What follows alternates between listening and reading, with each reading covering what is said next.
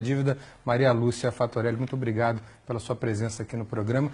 Eu queria que você tentasse explicar em 3 minutos, o que é difícil, a tarefa é árdua diante do massacre de propaganda do governo a favor da reforma da Previdência. Eu queria que você explicasse por que o déficit, o famoso déficit da Previdência, é na verdade um déficit fabricado, que é a tese que você defende, e queria que você explicasse isso à luz do parágrafo 194 da Constituição Brasileira. Em primeiro lugar, agradeço a oportunidade de estar aqui com vocês, uma honra para a Auditoria Cidadã da Dívida.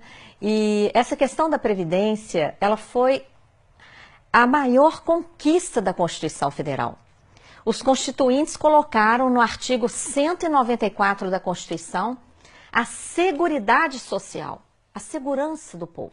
Que não é só Previdência, não é. São 3 fatores. É um tripé. É previdência, assistência e saúde. Foi a principal conquista social. Ela é tão importante que na própria Constituição, no artigo 195, os constituintes estabeleceram o financiamento desse tripé.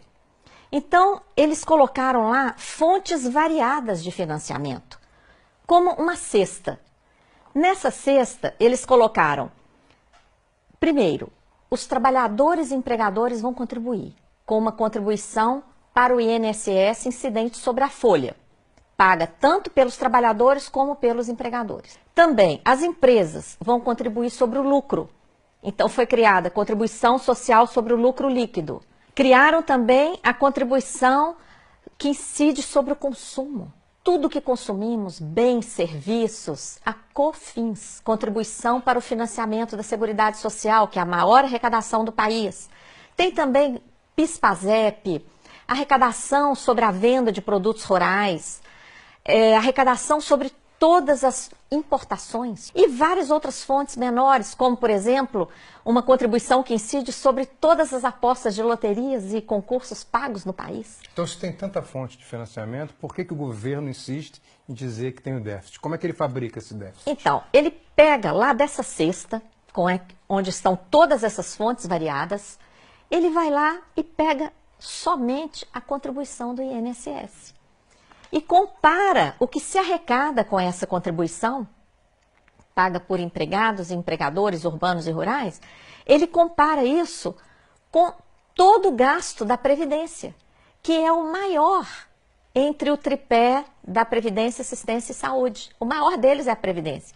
E quando fazemos a conta honestamente, considerando todas essas fontes, e todos os gastos com previdência, assistência e saúde, o que a gente obtém? Uma sobra de recursos de dezenas de bilhões de reais todo ano. Sem falar que há dívidas de empresas que têm um montante de 350 bilhões com a Seguridade Social, né? Isso, a sobra de recursos ainda poderia ser muito maior por causa da sonegação, que você menciona, que ultrapassa 400 bilhões de reais, segundo estimativas, inclusive a lista dos devedores da Previdência. As desonerações, que são setores que são liberados de contribuir para a Seguridade Social. Por exemplo, o agrobusiness. Então, é uma infâmia muito grande. O governo libera o agronegócio de pagar a contribuição e depois fala que tem déficit. E ainda quer botar a culpa nos trabalhadores rurais, né? É uma olha, inconsistência. A sobra de recursos é tão impressionante que existe a tal da DRU, a desvinculação. E por que desvinculação? Porque essa cesta de contribuições, elas são vinculadas pela Constituição para a Seguridade.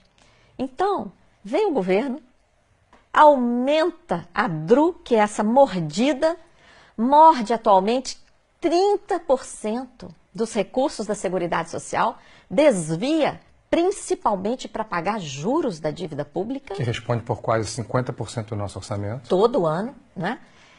E depois vem falar de déficit? Não. Maria Lúcia, essa explicação dos ovos, né, dos 8 ovos na cesta, é muito boa, porque ela consegue se contrapor a essa propaganda maciça do governo que tenta impor uma visão da reforma da Previdência para o grande público. E, ao mesmo tempo, a grande mídia faz o mesmo, inclusive através de analistas políticos que sempre repetem: a reforma da Previdência é primordial e sem ela o país vai quebrar. Muito obrigado por ter sido tão clara com a gente.